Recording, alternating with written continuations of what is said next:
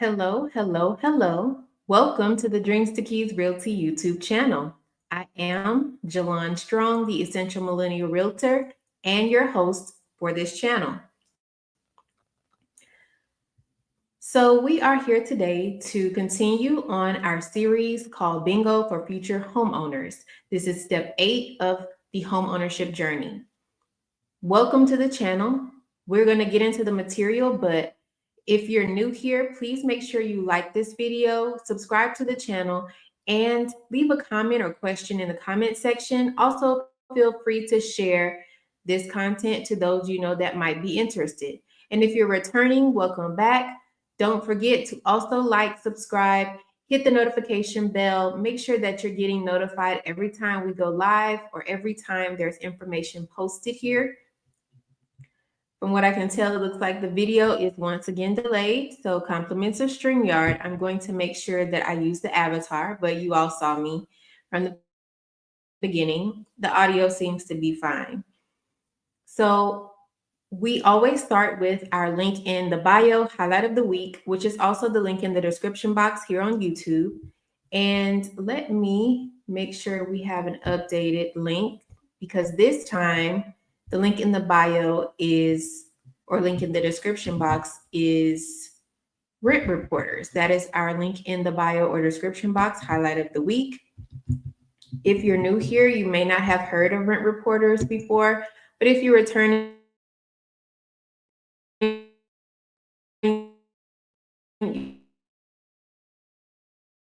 you're quite familiar.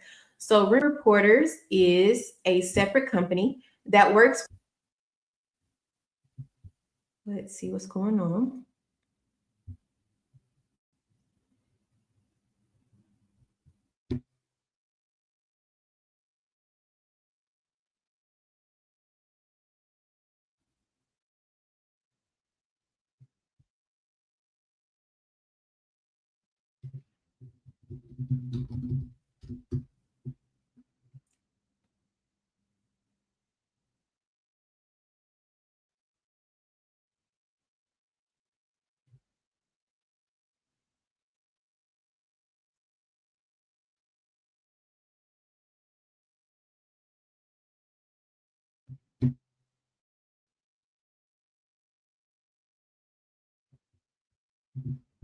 I'm going to keep going. Hopefully you all can hear me.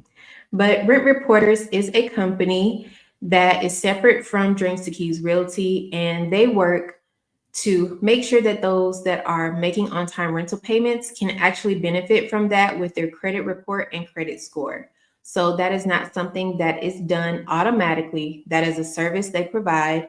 If you're interested in that service, please go to the link in the description box or the link in the bio on our social media pages, which is also moving about at the bottom of the screen. That website is beacons.ai/Jalon Strong. That is a website that I use to provide resources or information for material that could benefit you on your home ownership journey at various stages. So you can always use that link to make sure you're connected to whatever resources I have available. And of course, if you're a client of mine, there's additional resources that I'll make sure that you have access to. Rent Reporters is a separate company, like I said, but you can access their website from the link in my bio or the link in the description box, beacons.ai/Jalon Strong. Clicking on that tab that says Rent Reporters will take you to their website. And then from there, you will see their information. It will describe what their process is. Right now, if you use the SMART code, which is also in the description box of this video, if you use the SMART code SMARTPAY99, you can make sure to have your enrollment fee with them divided into 3 smaller monthly payments with no interest and no hidden fees. So if you're interested in making sure that your credit report reflects your on-time rental payments and that your credit score is increased by doing so, make sure that you reach out to Rent Reporters from the link in the description box or the link in the bio, which again is beacons.ai/Jalon Strong. And I will leave that screen, that banner moving about at the bottom of the screen so that you can see that website as we go throughout this video. And again, it is in the description box of this YouTube video. Next, we're going to talk about the newest venture that I have, which is Crown First Lady. It's a separate business, but it is a business that has come out of my journey of dealing with alopecia. I dealt with alopecia during a time where I was quite stressed and going through divorce and so many things. And I ended up losing hair on my crown in particular. And I felt as a woman, just to be transparent, I didn't feel as feminine or whatnot with dealing with issues with my hair. And I went to doctors and they gave me advice, but all their advice seemed to put me on some lifelong treatment or some lifelong tablet, which I was not interested in doing. I wanted something topical and I wanted something that I could utilize at my discretion. It's not something I had to do every day on the clock.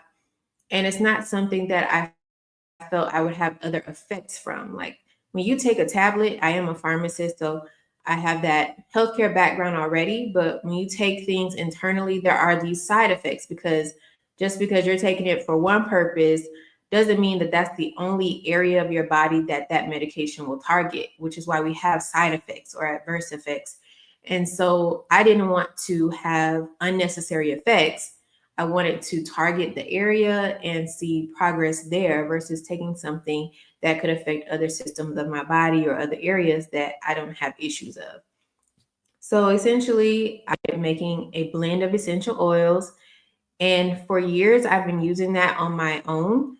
And then I came to a point where family, friends were asking me to provide them this blend. And so I did. And eventually I was requested to make it in a bigger size. So from that has birthed the business called Crown First Lady.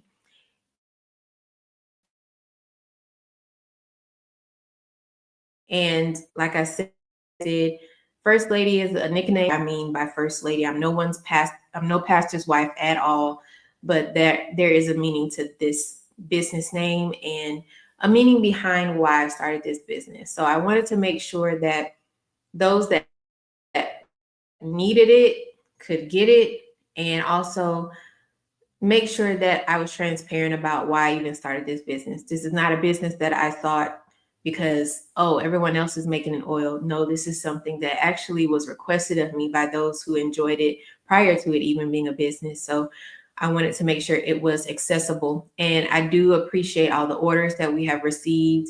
I appreciate the journey of having created this product, going through testing and everything that has been a part of the journey, as well as seeing that people are purchasing additional orders and the experience of having to put multiple bottles into our mailer boxes and send mailer boxes out. It's been quite.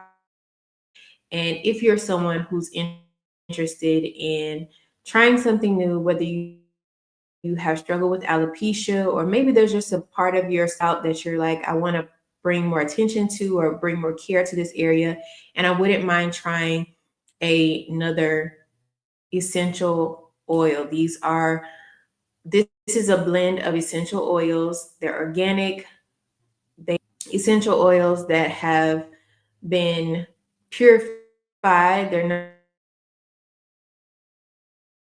not, I would say, is I would recommend it as well. And of course, the ingredients, everything is on the website, so you can make the discernment for yourself if you want to try it. If there's something you're allergic to, you can see the ingredients and know for yourself if this is something worth trying. But I do appreciate everyone's encouragement, business, as well as any reviews that you would like to leave on the website. Again, it's crownfirstlady.net, which you can see on the screen. And this is the newest business venture that I've started. But I do appreciate all the orders, the encouragement, and the stories that I've heard that this has worked for you. And so I hope to hear more and see more in the future. Now let's get to why we're here.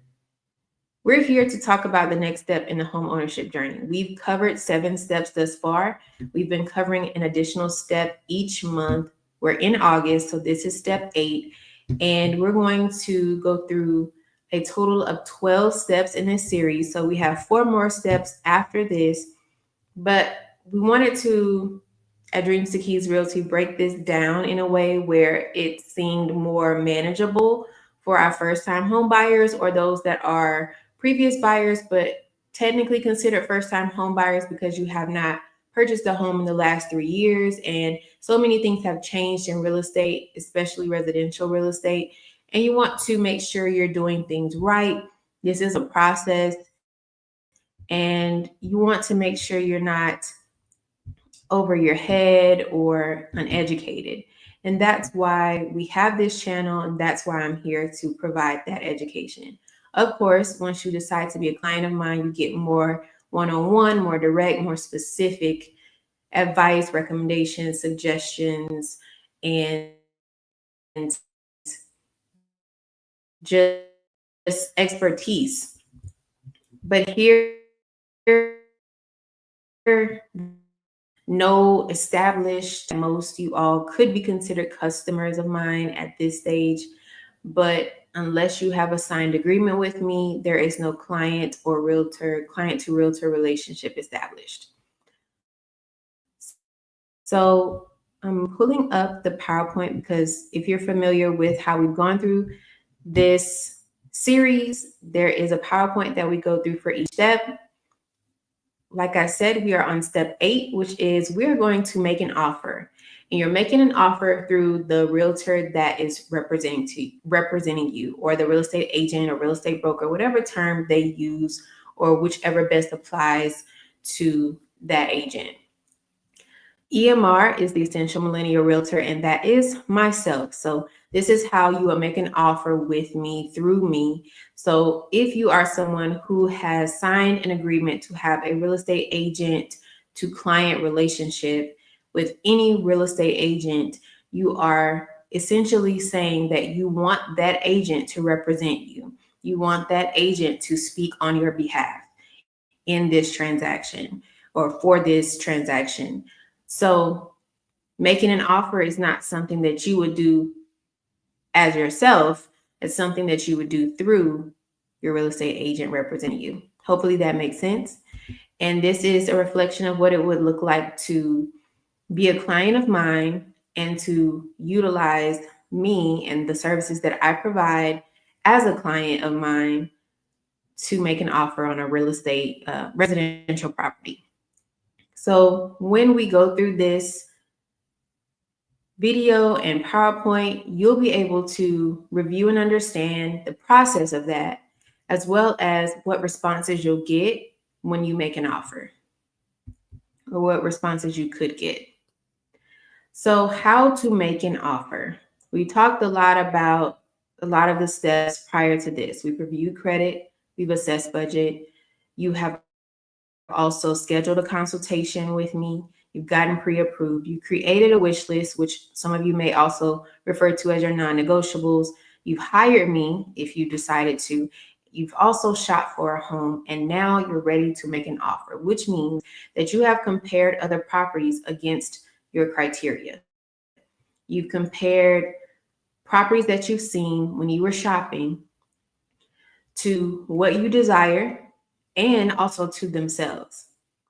So you compare property to property, and you compare each property to what you say you want. Then what you're looking to do is present your best offer with a deadline to the seller or seller's agent. And they are going to respond and provide you, one way or the other, what their response to your offer is. As a real estate agent licensed in Georgia, I would draft your offer using the Georgia Residential Purchase and Sale Agreement. Each year, there might be some changes to that agreement, but what I would do as someone representing you, should you choose to sign with me and establish a client real estate agent relationship, is I would go through that agreement with you beforehand. We talked about this in step 7. So we're going to review things beforehand so that you know what that offer looks like. Of course, it will require your signature after your review, but you want to make the best offer. It can kind of cloud your perception to the seller and even seller's agent if we're making an offer, then we take it back. Then we make an offer, then we take it back, because the offer keeps changing, or you're going in with the approach of, well, let me start low and then I'll see. And let me start here. What you really should try to do is present your best offer with the deadline. So you can say, let's say 48 hours, the seller or seller's agent, in this case, could be the respondent. Of course, it's ultimately the decision of the seller. It should be the decision of the seller what the response is. But you want to give your best offer. And some people would also think that your best offer is your highest offer in value for purchase price. But offers can have a lot to them. And so I wouldn't say that the highest number of purchase price is always the best offer, because there's some other things that can be negotiated in an offer or in this phase of the process that could make things advantageous to both parties. So that's why the language here is present your best offer. And then once you present it to the seller and seller's agent, if the seller has an agent, and again, this offer is being presented through your real estate agent if you are choosing to be represented by a real estate agent. So that offer is being made. If you're choosing an agent, that agent is likely going to be using the purchase and sale agreement for their state or that state. And that will include a number of things.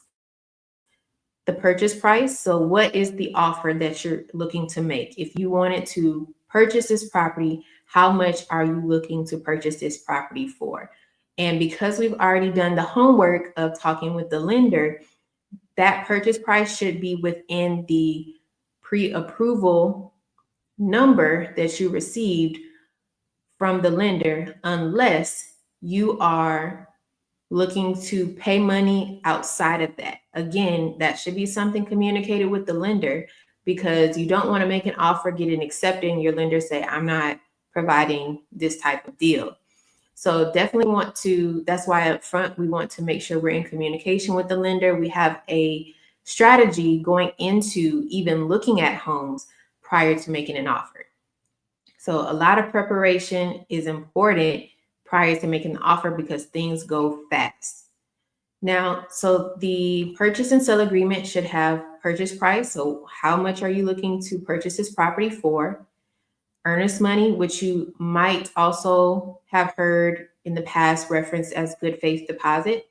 This is money that you're putting forward to say that I am very interested in this property, so much so that I'll give you a good faith deposit or earnest money down now or very soon after this offer is accepted, to let you know how serious I am about purchasing this property.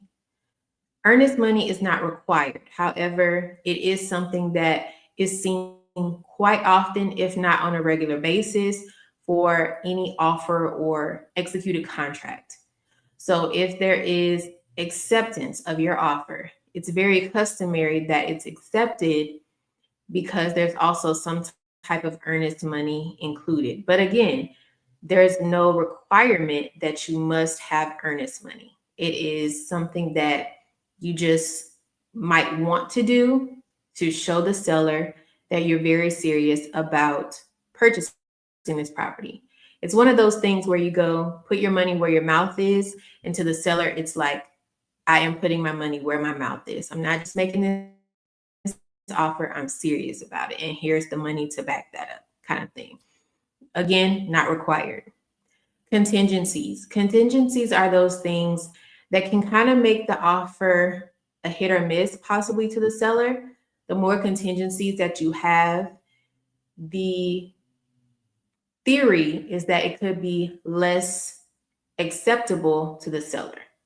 If the contingencies are meaning that the seller is going to have to do a lot more, that seller may, in theory, not want to accept that offer. Because let's say this is a seller that really wants this to be an as is purchase, then if your contingency is fix this, fix that, that seller may say, well, that's not what I'm here to do. I really don't want that type of transaction. And your offer may not be accepted for that reason, because your contingency is asking more of the seller. But what I would say that I would highly encourage every client I represent to do is definitely make sure you have an inspection and give that inspector, you want to, if we can, plan an inspection advance who the inspector will be, so we can plan for them to, or that let's say this offer is accepted. We want the inspector to have time to get into the house during the due diligence period to see what concerns the house may have. And if you've ever spoken with an inspector, you will very well see or know from talking with them that there's something to every house. It may not be as big of an issue as other concerns may be for other homes, but there's something to every house. And before you make such a big purchase, which buying a home could typically be the biggest purchase for many of us in our lifetimes, as far as the dollar amount. So with making such a big purchase, you definitely want to know the nooks and crannies of your purchase, of what you're purchasing. So I would definitely highly recommend, encourage, suggest, advise any client of mine to get an inspection. So contingencies can kind of make or break if your offer may be accepted in theory. Just because you have contingencies, that in and of itself doesn't mean that your offer will not be accepted. Please hear me say that. What I'm saying is that the more contingency that you have, theoretically, the seller may see that as a disadvantage, depending on what all you may need and what they're looking for as well. By the time we get to the executed contract, that they both agree on the terms. And as a buyer, you want to make sure you're not putting yourself in a situation that's not advantageous for you, and the seller is doing the same thing. Purchase date is also something that would be on the offer. You want to make sure you're communicating when you would like to buy the property. That could be something that the seller definitely could key in on to see whether or not an offer is worth accepting or worth a counter offer. And we'll talk about that in the next slide. So purchase date. You never know what a seller may be facing on the other side of the transaction. If you're on the buying side, there may be a time frame in which the seller is looking to sell that property. Also, you on the buying side, you've talked with your lender, especially if you work with me, the pre-approval and conversation with the lender has already been had by the time we have even seen a property. So at this stage, you talked with your lender and you know in what time frame you can receive financing. So that will help to key you in on when your purchase date based on your offer date could even be accepted. Hopefully that makes sense. So you're not going to offer something, you're not going to offer to purchase a property and then put a purchase date before you're really going to receive the financing you need from your lender. You want to know in advance how long it typically would take your lender to close on this deal. So it matters having those upfront conversations, like I said, and then we're going to document these things in the offer after we have had those conversations. Now, I will present the offer for my clients to the seller or seller's agent. Once we do that, what's next? After that offer is submitted, then the seller reviews it. So if the seller is represented by an agent, the agent will see the offer and pass it on to the seller. Every offer that is received by the agent should be sent to the seller. The agent shouldn't be making that decision. It should be the seller. Now, there's a response that comes. There should be a response that comes. One response is that the seller accepts it. So the seller accepts it, and now we have signed agreement, a signed purchase and sell agreement. We have an executed contract. So at that point, both sides say, I agree to these terms. Let's move forward. And from there, we're in due diligence based on the time frame of that agreement, and things are in motion.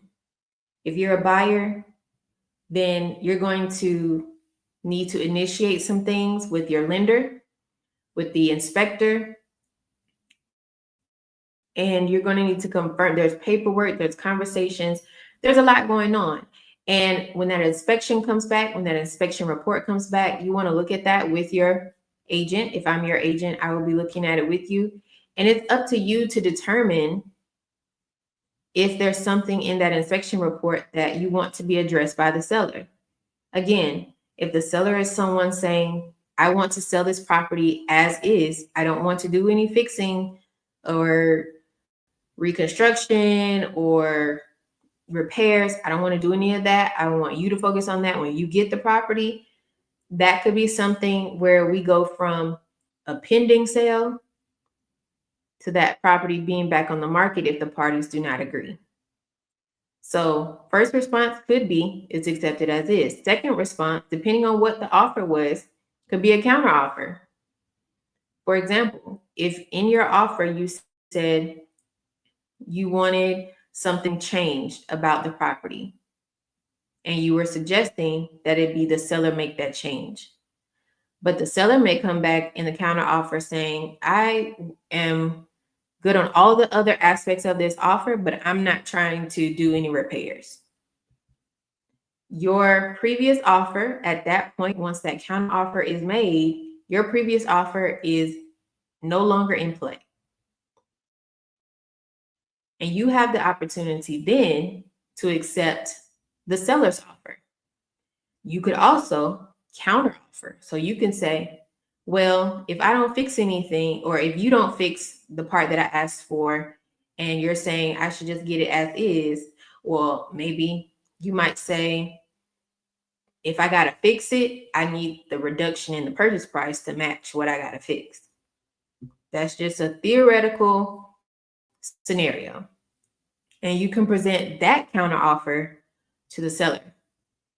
Or you could reject their offer altogether. So it could go back and forth depending on if either party is willing to accept certain things of the offer of the other side.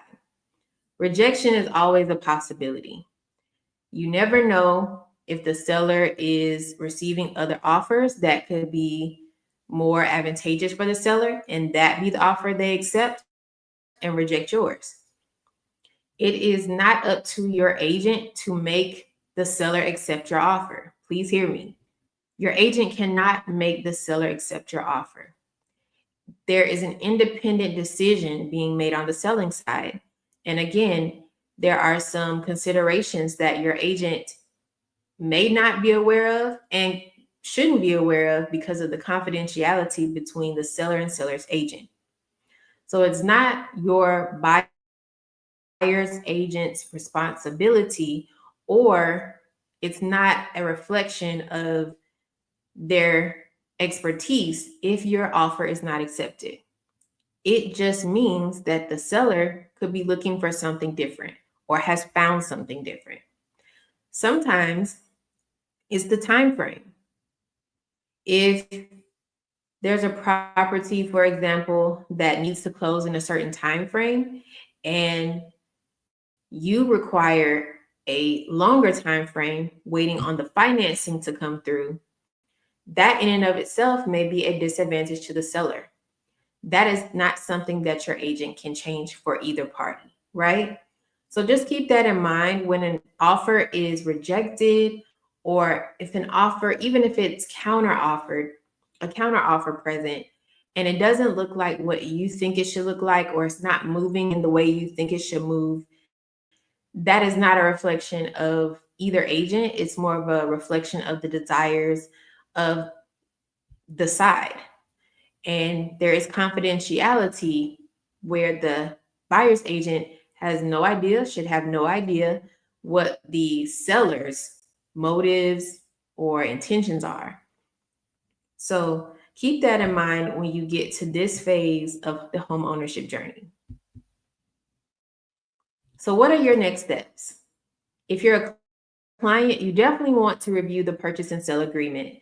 And by the time you're making an offer, of course, your offer is typically placed or put through the purchase and sale agreement. So you want to read it. You want to know what it means, what responsibility you hold. And if you're a client of mine, we're definitely going to review it before we make any offer. Now, oftentimes, after you've seen a property, you're ready to make the offer. So we need to review the purchase and sale agreement before we see properties, because we need to be aware of what we're saying on this document. What does that mean for you, and what does that mean for the other party? Then, when we're making the offer, we need to confirm these numbers. So we could have talked about it before you saw you saw the property, and you've seen some other properties that could be comparable. Let's confirm purchase price, earnest money, and timeframes. So there could be some aspects of the property that make you change your mind, change the number. There may be history about that property that we have become aware of. For example, property going on and off the market multiple times. That may influence your time frame, possibly. Maybe how much earnest money you might want to put down, knowing that information. So let's confirm that before we actually draft our offer. And then definitely want to make sure that you're looping in your lender. Financial decisions have time frames, and we want to make sure that we have the time frame that can really be upheld by the lender if you're requiring financing. If you're someone who says, I'm ready to go right now, I need to buy a property, I'm ready to be a homeowner, or I live in Gwinnett and DeKalb County and I'm looking for a shift in my home ownership journey and I'm ready to do it this year. That means you need to schedule a free consultation with me. Go to the link, either the one moving about at the bottom of the screen, beacons.ai/Jalon Strong, click Let's Talk, and you can go to the consultation page from there, or you can go to the one on the screen, which is the same link, but it's the direct website link, dtkrealty.com/book-me. Now you can get a free consultation with me for up to an hour. We're going to talk about your specific scenario, not general news and all those things. But if you schedule a time with me and you don't show up, you will incur a $15 no-show fee. Now, if you're someone who says, I am ready to buy or sell, but I'm not really looking to do it in Gwinnett or DeKalb counties, I still need a real estate agent though. No fret, don't fret. Make sure that you also reach out to us by texting referral to 770-758-5641. From there, we'll respond to you, start contact, and make sure that we start the referral process. The referral process does include paperwork. So we'll have to send you a document, which we will review with you. I will review with you. And then it gives us permission to reach out to real estate agents on your behalf to see who could be an ideal fit for the area and the services that you're looking for. And once you give us that permission and we find that real estate agent for you, we'll connect you both and close the loop so that you both can go together and search for your next phase in the home ownership journey, whether you're buying or selling. For everyone, please subscribe to this channel. Follow us on our other social media platforms, which are Facebook, Instagram, TikTok, Blue Sky, and Substack. Like this video, comment, share it on other social media platforms. We really want to continue to grow this channel. Our numbers are getting up there slowly, but we definitely want to make sure we're reaching those who are interested in this type of content, who may have been fearful about the home ownership journey, but are definitely interested in learning in a more slower pace without the stress that may come with jumping straight into the residential real estate space. Now I'm going to stop sharing. I'm going to give the opportunity for any Q&A. If you have any questions, whether now or even on the replay, make sure you leave them in the comment section. We will respond and get back to you with the appropriate answer as soon as possible.